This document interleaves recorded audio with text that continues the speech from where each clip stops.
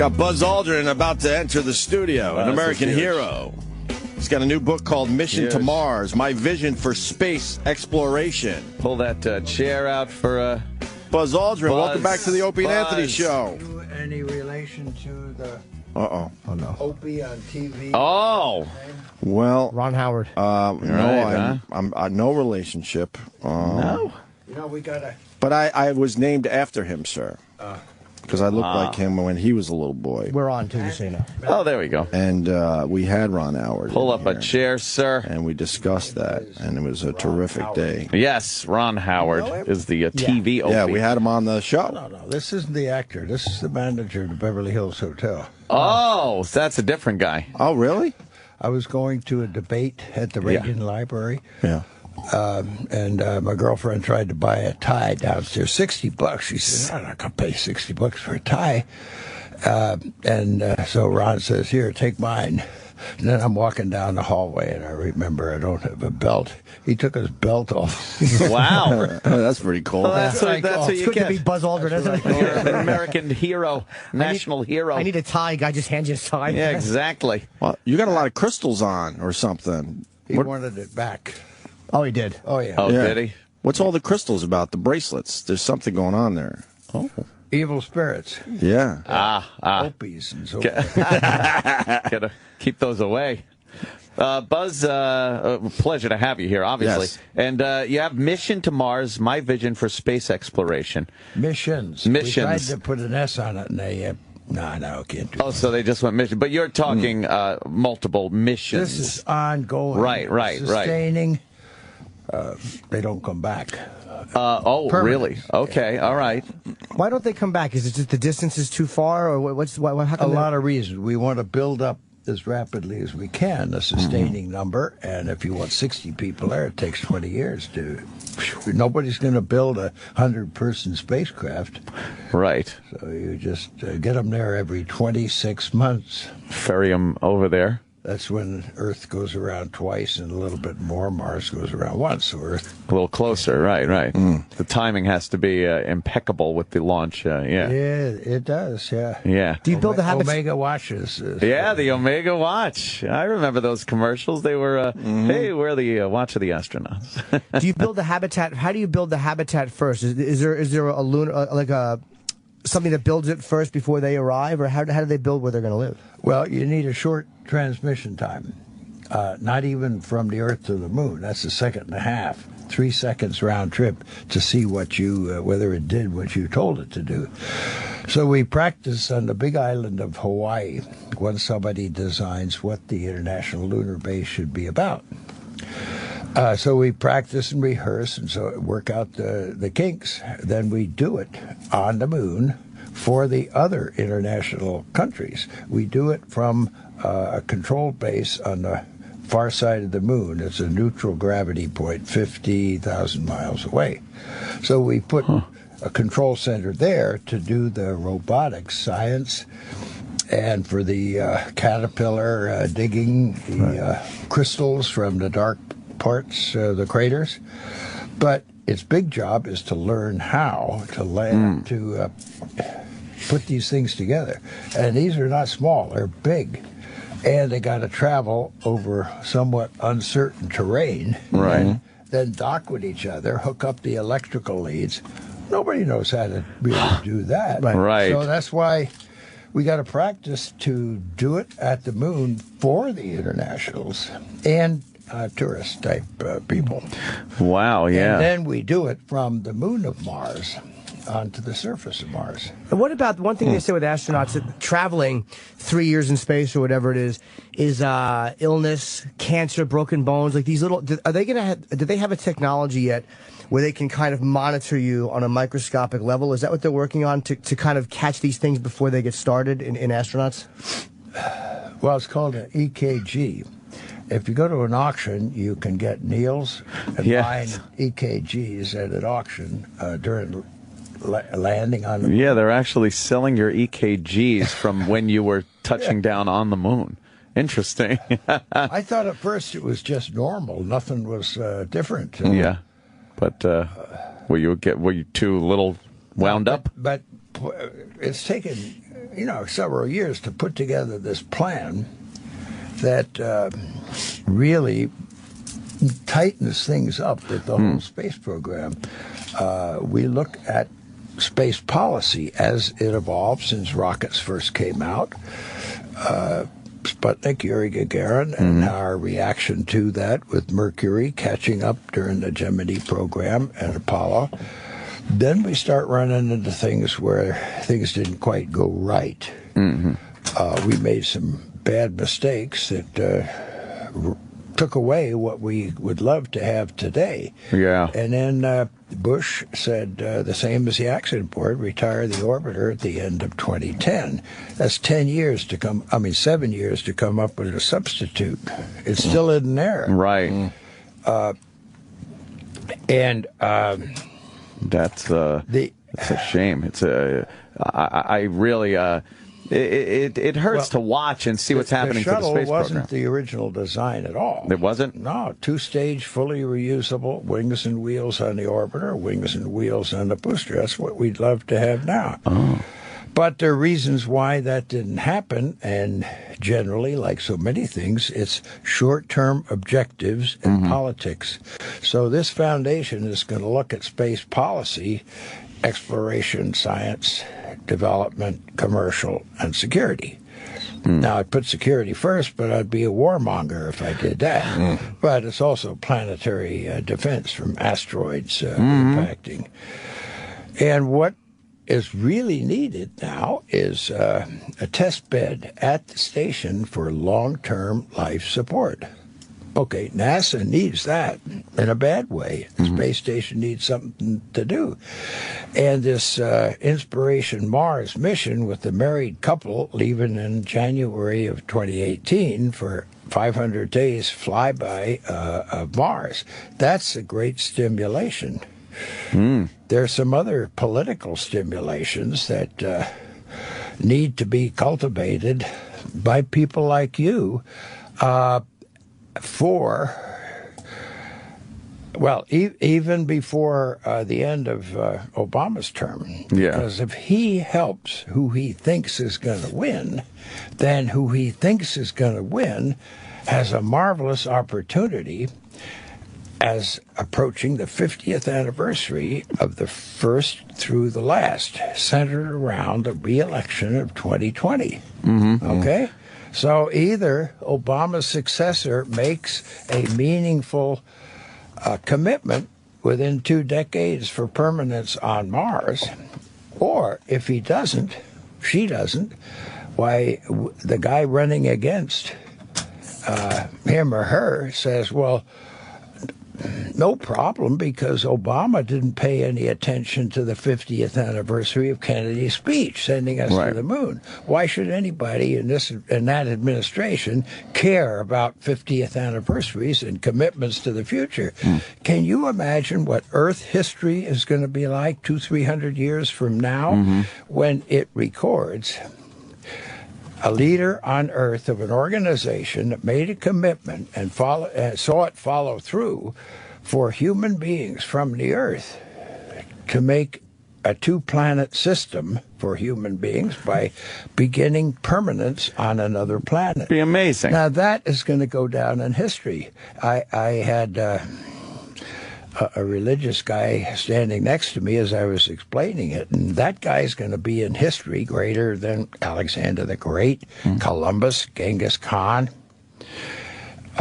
Moses, Abraham, and Jesus Christ. Oh, he didn't like that. I bet. He probably liked a lot of them, but not that last one. But he didn't like that. Can I ask you too? If they say that I've always heard that they were going to colonize.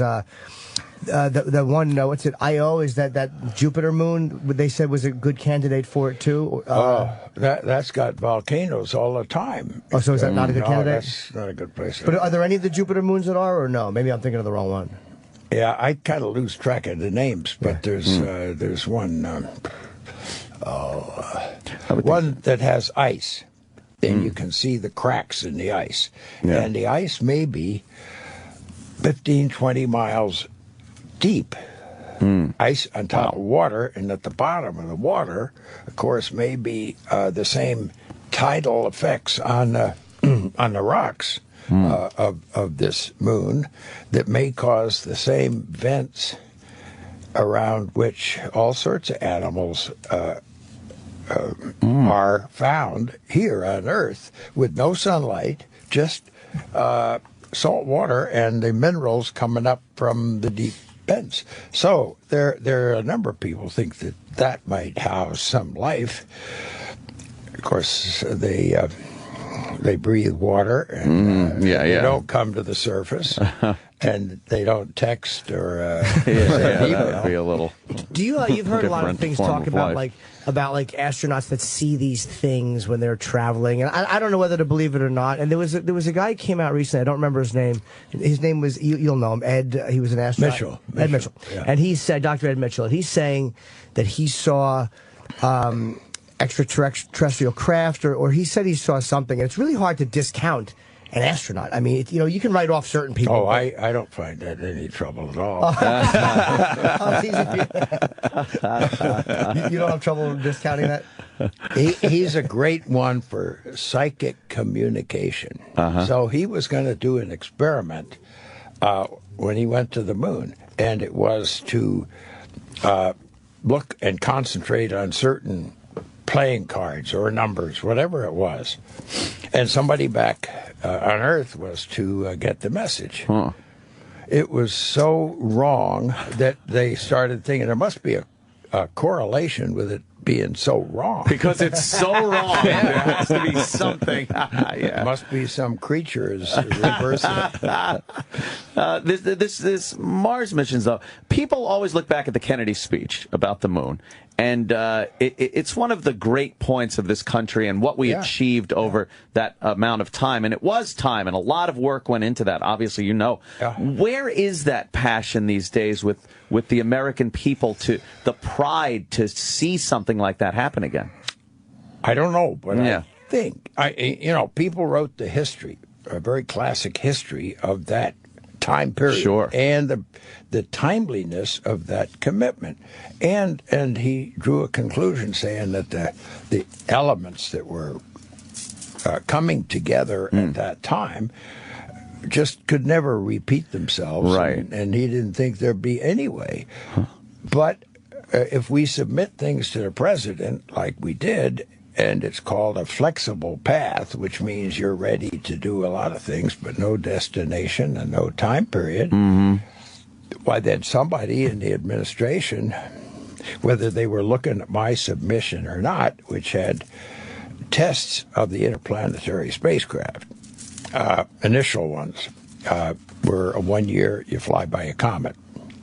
Well, so what? It's a test of the spacecraft. But as you fly by the comet, you crash the upper stage into the comet. So everybody back here on Earth with their binoculars looking at the tail of the comet sees it go boom. Right. And you take pictures of it as you go on by. That's the kind of public interest in what we're doing. And this married couple flying by Mars will increase tremendously.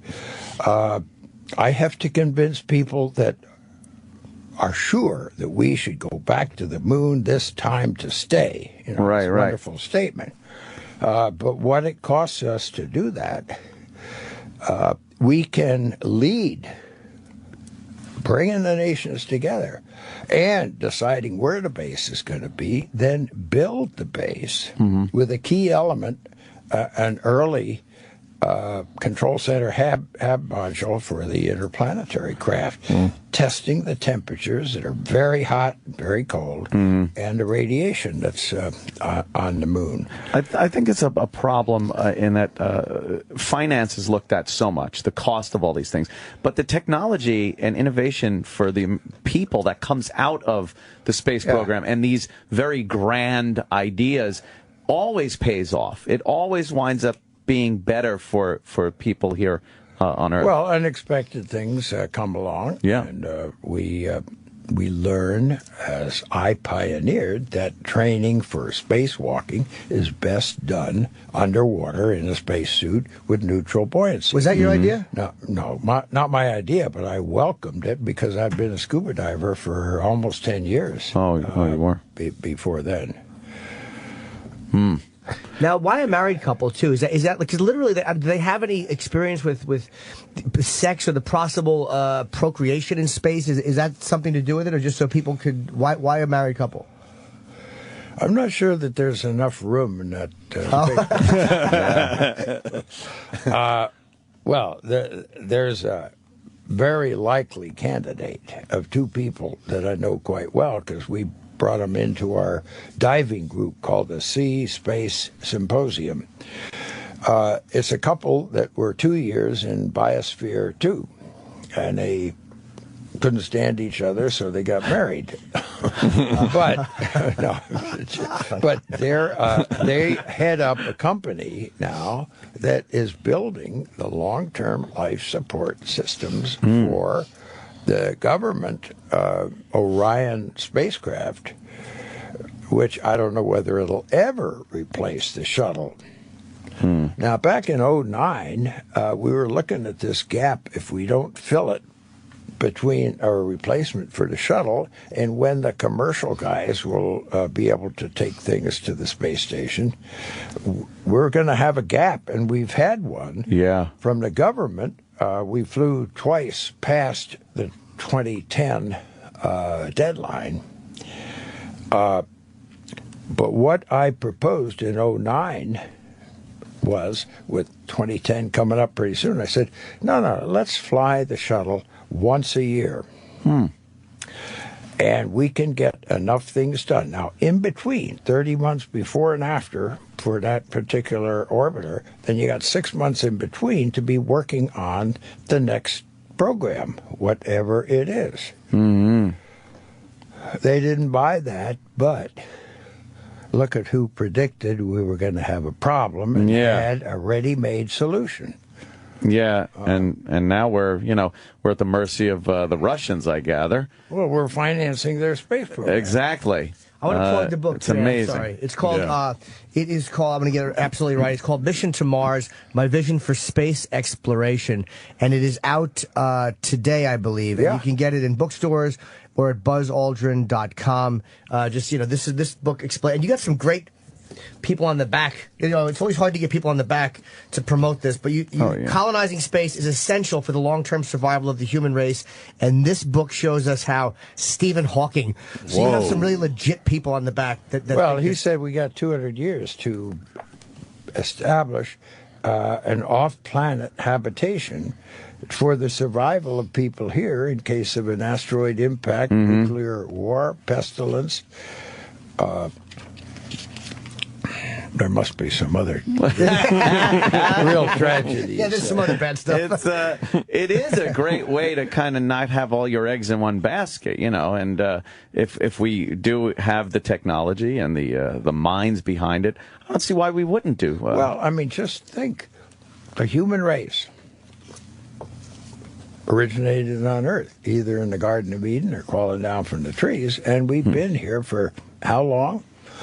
And now we will be a two-planet system with growing again with the challenge of trying to make that place terraforming, they call it. It's pretty long-term and rather impressive things you got to do to sort of reverse nature a little bit. Sort of a shake and bake planet. Yeah, but Al Gore thinks we've been reversing nature. Right, yeah, here on Earth. What would you use for energy when you're there? Where would the main source of energy come from? Well, I don't know whether we can find plutonium or uranium there. Nuclear. Solar dynamic, where you take and focus the sun's rays on a focal point and then circulate a fluid through there and compare that temperature with the temperature on the back that's not seeing the sun, that radiates outward to the blackness of space. Temperature difference is a way of generating electricity. You put electricity into an air conditioner and you circulate a fluid around and you get cold. You take away heat. Well, you can... I'm exceeding my knowledge of hydrodynamics and thermodynamics, but there's no doubt that works. They compare the surface water with the cold water in Hawaii and generate electricity. The surface temperature and geotech is the temperature down where it gets quite hot, whether it's lava or not. And that's stored energy for, that can be used. Yeah, but it's, I believe, more efficient than photovoltaic, which is what China is beating the pants out of us and making it. That's supposedly not very efficient. No, it's really hard, and yeah. it takes large amounts of area and construction in outer space to be able to beam that energy back to Earth. Yeah. What kind of psychological testing, too? Like, there's got to be some intense stuff these guys have to go through for that type of... Yeah, they were telling me that we got to rush out of here when I'm through to get to CNN. So let's not dilly-dally along if we're doing... You got CNN to do, huh? Yeah, well, busy guy. Because I was reading, I'm reading something about. I mean, I hate to dilly-dally, but I'm reading something about how the psychological testing for the astronauts for this type of long-term travel is very, very tricky, because you don't know how somebody's going to respond after being away from the Earth for, say, a month or 2 months or a year. Well, they've got tests in Europe of a number of people, candidates for astronauts that have been up there for 500 days. It's called Project 500. And we put these people in the biosphere. I think a part of it is to make sure that you put a big time lag in any communication with who's running the show. But what the hell, we get used to that now with our iPhones. We text somebody, we don't get an answer right away. It comes a little later. Yeah. Sometimes we send a questionable photo. Now, do you think that we're better off with space travel with the government handling it, or is privatizing it, do you think, a better way to go? Because things tend to get done a little bit faster. Yeah, well, they certainly do, and they're historical examples. But I think in general, you can compete at the design level, where you can't always do that with the government. You take what you buy. You compete at the design level, and then you make a selection, and then you cooperate with other people at the operational level. That you can do a little better with the private sector. And that's a good compromise, yeah. And you make an investment, and you get a return. The government doesn't get any return at all, so the motivation isn't quite there, especially if it's a cost-plus contract. That means you bid on it. Whatever it costs you to make it, you get reimbursed. Plus, if you run way over, you get reimbursed for all that. How important was the Cold War and the motivation for the lunar program, as opposed to us needing some kind of motivation for this? God, you're asking all the good questions, and we're not recording it. I know, right? Well, check 1, 2. Yeah, I told you to ask that. All right. Let me not answer that, but use that as a springboard. Okay. I believe that the English-speaking nations did a lot to save the world from tyranny in World War I, and certainly World War II. Sure. The Cold War, English-speaking nations stood up against the expansion of communism in many different places. If anybody stems the spread of radicalism, it's going to be the English-speaking nations. Certainly. Okay, now, Russia and China, they get along pretty well. They got different language, they got different symbols, and they get together to do what? To thwart the U.S. in what it's trying to do. So why shouldn't the English-speaking nations be a little bit more cohesive? Right. The technical language a while back used to be German. Not anymore, it's English. The diplomatic language certainly used to be French. Not anymore, it's English. We can get together, most of them, but the really crucial is India in Asia. And I think if we can cultivate the cooperation with Japan and India and the U.S. involved in that. Japan wants to really sort of concentrate on lunar landers and ascent vehicles. Well, the Indians could use that kind of help. We could, because we don't want to build those things again. But we got a few things to land. And when we get all that ice from the craters, we got to get it up into where the sun shines all the time at a refueling depot. Right. And a global consortia of commercial companies can finance that cooperation. So the Japanese launch the ice to a fuel depot on the near side of the And is that moon. to get the hydrogen out of the water for fuel? Yeah, you separate the water into hydrogen. A fuel cell, right. Yeah. Wow. That's a great idea. we have to wrap up. Oh, Yeah, he's gotta Buzz go is to very CNN. busy. But let's promote the book properly. Yes. It is. It's called Mission to Mars. It's out today. It's Buzz Aldrin, My Vision for Space Exploration, and it's just a brilliant look at how we're going to get to Mars. And there's endorsement on the back from Stephen Hawking, and you're the real Buzz on Twitter, and you can go to buzzaldrin.com. If you want to, find out more about the book, or you want to order it, or just go to a bookstore. Are you doing any signings? Do you know, or you're not? Oh yeah. Tonight. Where are you doing it tonight? We don't have that list. We can plug that after you go. We'll plug the book signing for you after you go. We don't have that in front of us, but Buzz will be doing signings probably here in New York. He's undoing his shirt. Oh, Wow. he's got the real Buzz T-shirt on under there. There's a T-shirt that says That's my Twitter. the real That's Buzz. your Twitter, yeah. The real Yeah. Buzz on Twitter. And on Twitter. So and we'll get as soon as the break is over, we'll tell you where you can come and Sure. meet Buzz tonight for a book signing in the coming days. Buzz, Sure. great to There. see you here. You're one Thank you of so my much. heroes growing up, and it's fantastic. I hope we really see some of the visions that you put in this book. Absolutely. Thanks so much. They're evolving as we speak. Yeah. I add other things. I've got a nonprofit that's promoting my ideas. You're always Another working. nonprofit that's promoting the exposure to the American people of space policy over the years. Yeah. And from that, we should learn how to avoid short-term political decisions.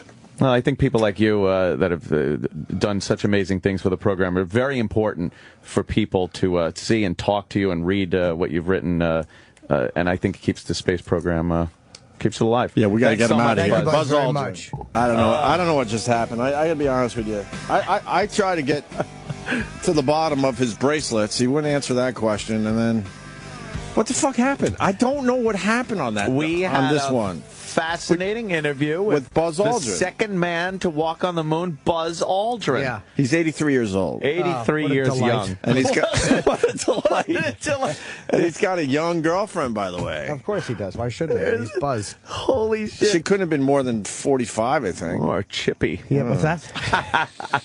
I adore Jimmy Norton. But there's just something that I love when you don't get what you want. Sure, I don't blame you. There's something like, oh boy, there it is. Absolutely. And you see it every day you show up for work.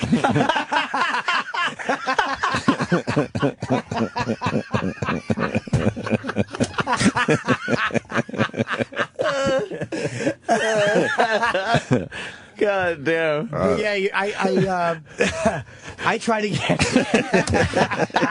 He just fucking shut you down. Totally. I try to get people because I want to display these at my thing. So I try to get people to sign the front of my book. The cover. Which is no big deal. No, it's not a big deal. It's really not a big deal. So I hand him a silver Sharpie. Silver Sharpie in the book, Buzz. Yeah. Would you sign the front? And he goes, no.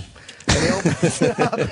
No, you sign the inside. He just says no to And Jimmy. he opens it up. All right. And then he realizes he's signing. He goes, it's silver. He goes, oh, it's silver. And I'm like, tell me you gave me a silver Sharpie, a pen. well, with the color silver. Look at it. It's like, yeah. But then I try to get it, and then I'm like, well, yeah, I like to display him, and he just closes it.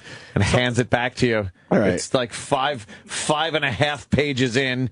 He signs it with a silver Sharpie instead of the cover, which it would have been great. Buzz Aldrin, Mission to Mars. With a nice My Vision for autograph. Space Exploration, with a nice Buzz Aldrin in silver on the cover. Did he No. really? Did he really do it 5.5 pages in? It's just. It's the like, worst spot possible. 1, 2, 3. It's after that page. And he signed mine, too, in black Sharpie, but, you know, it would have been nice on the cover. Why doesn't he sign the cover? What's the problem with that? I have one thing. Obviously, he has a problem with that as well. He's a grouchy guy. He's really not a nice guy. But I have, he's just simply not. You know, but the reality Why did he say don't dilly-dally? What were we doing wrong there? It was a great question. Of course, with the psychological It was a brilliant question. Don't dilly-dally. I gotta be the CNN. And then a few times he went like this. Like, hurry up. Wrap it up. Wrap it up. So if you want to see him and go to the site and find his book signings, I ain't fucking plugging him. But I will say this. You know, for me to be rude to Buzz Aldrin, I just couldn't be. No, he's an American hero. Yeah, like, believe me, that exchange with anybody else would have ended unpleasantly, but it's just sometimes you just got to shut the fuck up. First of all, he's an older gentleman, so you know, he looks great for 83. And I'm looking at his rings, and I'm like, he's wearing girl rings and girl bracelets. There was one ring on that was absolutely something a girl would wear. Maybe it was something somebody made for him. No, but it looked like. I think it looked like a half moon or a crescent moon, I should say. I saw that, yeah. A crescent moon and a little dot, so that would be Earth, obviously. But it's something a girl would wear. But very feminine. But he looked at it and said, "Oh, there's the crescent moon and Earth. I got to wear this." That means something, though. That's a moon man fucking ring. That's like everything he wears is he's a moon tie. Like everything he has is like NASA. I walked on the moon. You think he likes the moon, or he loves? He definitely loves the moon. He's like remember how the guy what's his name that played Gilligan? Bob Denver? Sure. Remember how he walked around with the Gilligan hat on all the time? Just so people go, oh, it's Gilligan. Oh, it's Gilligan. That's what Buzz does with moon shit. Right. He just walks around juggling moon rocks. Well, wouldn't you? Like he's got this moon tie, space helmet. Nothing else you do would matter. Nothing. If you walk on the moon, that's your life. You should kill yourself on the moon after that. And, you know, I make a hell of a steak on the barbecue. Yeah, who gives a fuck? Great, Buzz. You were on the moon. I tweeted a picture of his right wrist. It's old lady stuff he's wearing, and I try to ask him. Obviously, it's some kind of crystal thing, giving him some superpowers, but I guess he didn't want to talk about it. But he said, "Don't dilly dally," and he said, "Anthony, you asked the good questions. I swear to you, I wanted to ask when he was talking. When you're in space, does your hat float off?" But I couldn't do it without laughing. I could feel it. The last 2 minutes of the interview, I'm just looking down and trying not to laugh. But we should have just done that. Oh, we're getting a little soft. Nah, I don't can't think fuck around with him. No, not Buzz. Buzz is one guy I can't fuck around with. There's the picture of Buzz's. Out of respect. Look at it. That's his right hand and his wrist. That's stuff I swear to you my mom would wear. It's Tiffany blue. Like, that's something that... But what is it? Is it crystals for superpowers? Like or E-Rock wrote this. It's something Mrs. Roper would wear. Yes. Mrs. Roper jewelry. Oh, look, CNN coming up, Buzz Aldrin. Yeah. Let's see how CNN handles him. It'll be different. What a curmudgeon. Yeah, he is a curmudgeon. But again, he gets a pass, man. A guy like that really does get a pass, whereas most people, even actors, wouldn't. Fucking actor. What do they do? They get in front of a camera and fucking act. It's like if they're being nasty or fucking curmudgeonly, you're like, fuck you. That guy, he's an American hero, a national fucking hero. Buzz Aldrin really did a lot for humanity. Like, yes. You can't fuck with him. So he gets a pass. It was just funny to be in it. Oh, we could call him out on being a fucking, a prick. E-Rock, what was your favorite part? I wouldn't be rude to him personally, ever. What was your favorite part? I kept just staring at his jewelry, and he kept doing this. When he would talk to Jim, he would shake it and point it into your face. Yeah, and all the old lady jewelry was... You'd hear like this in the microphone, too, but he as he was even moving his hand. Was that camera on? I'm sorry, Opie. Was that camera on at the end when he wouldn't sign the book cover? No. You turned it off? Why? Oh, we should leave it on, till he left the studio. Yeah, you never leave the camera off. He wouldn't sign Jimmy's. He didn't even want to take pictures with us. No, the picture's like, he's walking closer and closer to the door. Who's got the camera? Yeah. I wish we had He wouldn't sign Opie's Sudoku. Well, he waved off the Sudoku. He waved off the Sudoku. I'm trying to get famous people you to sign almost my got a Sudoku. Buzz Aldrin Opie Sudoku. No fucking way. I'm sorry. Negatory on that one. And then I'm like, well, I want to get my book signed. Then I want to give it to my brother or something. Keep it. Why would you give that away? It's fucking Buzz Aldrin. Oh. But I didn't get it signed because Roland goes, he's not signing any more books. He doesn't want to sign anymore. No, he was done. He signed like He was I guess. trying to wrap the interview 10 minutes before he was Yeah, supposed but then to leave. he started babbling more. I Then he know. kept talking. I fucking ran to him to make sure I got the book signed and a picture pronto because I knew he wasn't fucking waiting for shit. He wasn't. He was waving off all kinds of signatures. Yeah. Wow. Oh, man. I was going to try to get him to sign the cover with the silver Sharpie just to see Jim's face. I would have been funny. But it was I'm just- not that bent out of shape because I do have a photo with him that's Yeah, signed, yeah. and I have something that, like a book he wrote years ago, which is just a thing of the moon and it's big black, and like I'm gonna sign it. I have a beautiful Oh. Buzz signature displayed in my That's great. house. Yeah. So I don't really care. That's why it's more funny. But You'd be man. out of your mind if you didn't Yeah, have that. Apollo He 11. refused to sign Oh. Eric's photo. Oh, he didn't sign Iraq's photo. Why? No. What happened, Iraq? Right as he was leaving, I had it outside, and I said, "Could you sign that?" He looked at it and then just kept walking. he's just not. Yeah, he doesn't even say no. That's the best part of him. He doesn't even say He no. just kept walking. Yes. Maybe you remind him of what he landed on. Yeah, he specifically told me 5 years ago he doesn't sign things, with him and the moon. So Eric, you should have known better. No, he Yeah, doesn't he sign just things that did he that, hasn't though. written.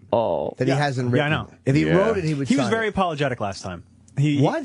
When he refused to sign my photo, I had a photo of him. Apologetic, then just sign it. And he said, I'm sorry, I'm trying not to sign things that I haven't written anymore. Why? Who Like, cares? I guess he does see a lot up on You're eBay. 83. I Sign can everything. kind of understand that. But when like- you've been interviewed by a radio show Right, and right, people right. in that studio, it's different than when Yeah. you're walking down the street. Oh. And I tell you, he didn't want to sign my fucking photo, me and him. Yeah, yeah. That New Jersey thing. We're back. Oh, that's your old girlfriend. That's Yeah. that, my that's ex-girlfriend that story. Yeah. was talking to because he wouldn't sign it. He was such a dick about it. I asked him to sign. It was me and him. Yeah. And he goes, not right now. I'm like, well, it's me and you. It was him and his wife at the time.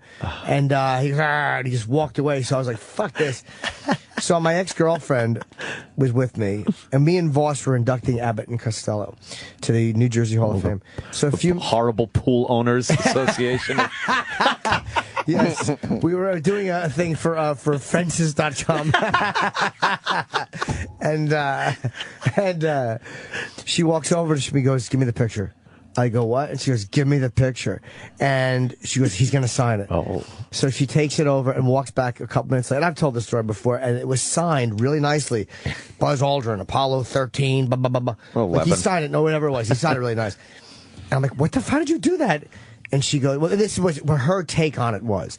She said, look, he's trying to fuck me. So, and again, yeah. I'm not saying he was. That was just how she interpreted it as a girl. He was just chatting. Just say I had to take his rocket into my crater. Yes, his rocket spilled rocket sauce in my mouth.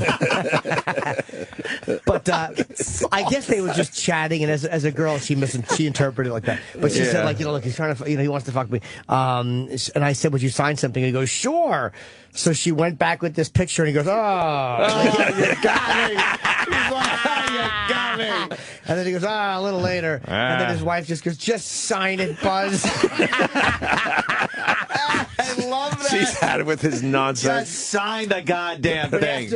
after that, all these people kept asking him to sign napkins. You started the train rolling. Yeah. Fuck.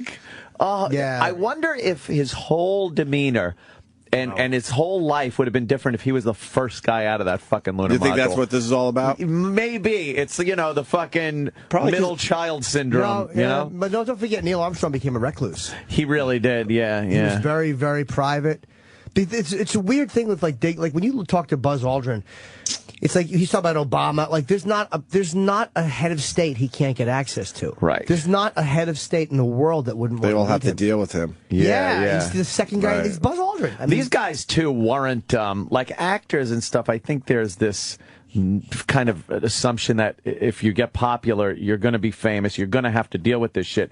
These guys, although they knew there's fame that came with it, more importantly, it was this mission. They were just fucking, either Air Force or Navy guys or fucking, How many guys walked on the moon officially? 12. It's up to 12. A dozen gentlemen. And was it determined that Neil Armstrong would be first? How was that worked out? Or was it a last minute thing? I think it was just luck of the fucking draw mission. There he is.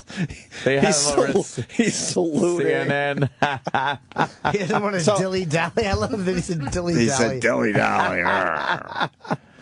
No, how was that determined?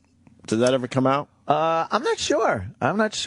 They pull straws. What do they do? You're right, draw straw. No, I think NASA just decides, hey, it's going to be Neil Armstrong, Right. first guy out. He was the mission commander, that's why. Yeah.